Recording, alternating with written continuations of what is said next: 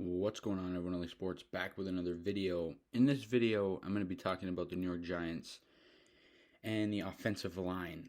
The offensive line throughout the draft in specific, because of course we just finished the offensive line part of the combine yesterday, and it's obviously interesting to watch. It's fun to see, some players with their pads off and see how they look and take a look at them and whatever drills they do. But in this video, the main question is going to be, do the New York Giants need to take an offensive lineman in the first round? Because this is a question that is going to be going around, and a lot of Giants fans are going to think, yes, they need to, absolutely need to. But I don't necessarily think that. I understand the offensive line is the biggest need of this team by far. But if you take a look at the second to third round and the value you can get on the offensive line at that point in the draft, there's a lot.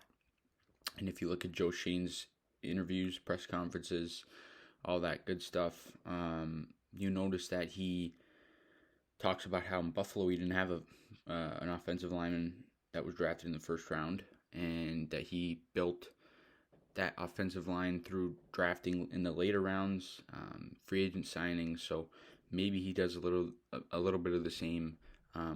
But he also talked about not reaching and going for need, especially that early in the draft, and going more for the best player available.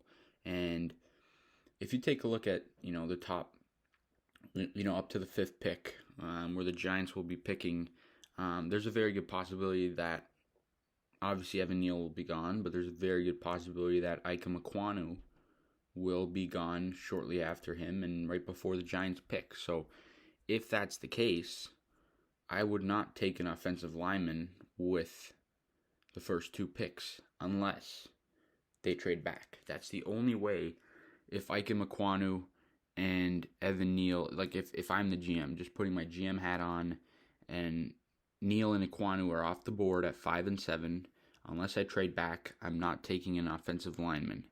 And I'm, getting offensive linemen in the second, third, fourth round because there's still value there. You look at a guy like Zion Johnson, who I'm really high on.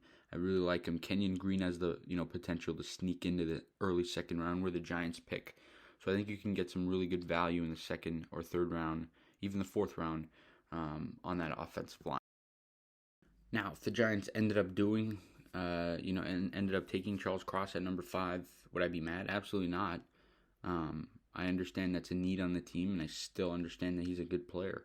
But ideally, if Ekwonu and Neal are off the board, I would want to trade back and then take a guy like, Charles Cross if he fell, or Kenyon Green, or Tyler Linderbaum. Those are some potential names, or Trevor Penning. But who knows? I just don't think that they need to. And a lot of people may, see this as a surprise because I talk about the offensive line a lot and how it needs to be fixed to see what this team is, to see what Daniel Jones is, to see what Saquon Barkley is when he's healthy, to see really everything on this football team. So a lot of people may find this interesting that I'm saying this, but you can get some really good value in the mid-rounds of the draft. So I still think, if you can land a Kayvon Thibodeau or a Nakobe Dean, a Devin Lloyd, a Trayvon Walker, a David Ajabo, one of those key defensive players, or a Kyle Hamilton, a Derek Stingley Jr., if you can get one of those type players, they're going to be big difference makers. And then you can get offensive linemen in the second and third round. And, if the Giants save up enough cap space, they can even get a decent veteran in free agency on a 2-3 year deal, like an Alex Kappa, a guy who I talk a lot about, or Bradley Bozeman. Those are some names if the Giants can free up enough cap space to do that. But ultimately, the ideal situation for me would be Ekwonu gets to 5, the Giants take him, and then they trade back with the 7th pick. But, obviously, I understand that may not happen. The Jets very well could go Ekwonu. The Texans could very well go Kwanu. So it's just interesting right now. We're still, almost just a bit under 2 months away from the draft. So there's still a whole bunch of question marks up in the air, of course.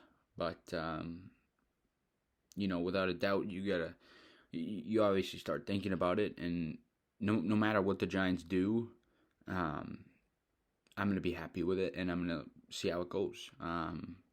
But my ideal, my dream scenario, if you ask me right now what would happen, is Kayvon Thibodeau gets to 5. The Giants take him there. They trade back from 7 to about, 12, 13, 14, that kind of range. I know the 14th team and 13th team probably won't trade for a quarterback, but the 12th pick, and they take Tyler Linderbaum there, and they get another first-round pick for 2023. That scenario, of course, gives you your top-end edge rusher, and it gives you a very good center who is going to be one of the top centers in all football, and you get another piece of that O-line, and that will leave you with a left tackle and center that you can really rely on. And then you can go in the second round and take a guy like a Zion Johnson. But there's a whole bunch of scenarios and paths the Giants could take. I personally think that the further you trade back, the better it could be.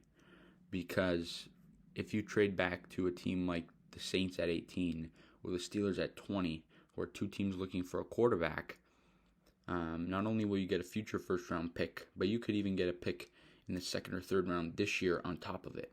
So because of how far you're trading back. So that would obviously help, but there's a whole bunch of scenarios that I could see the Giants go.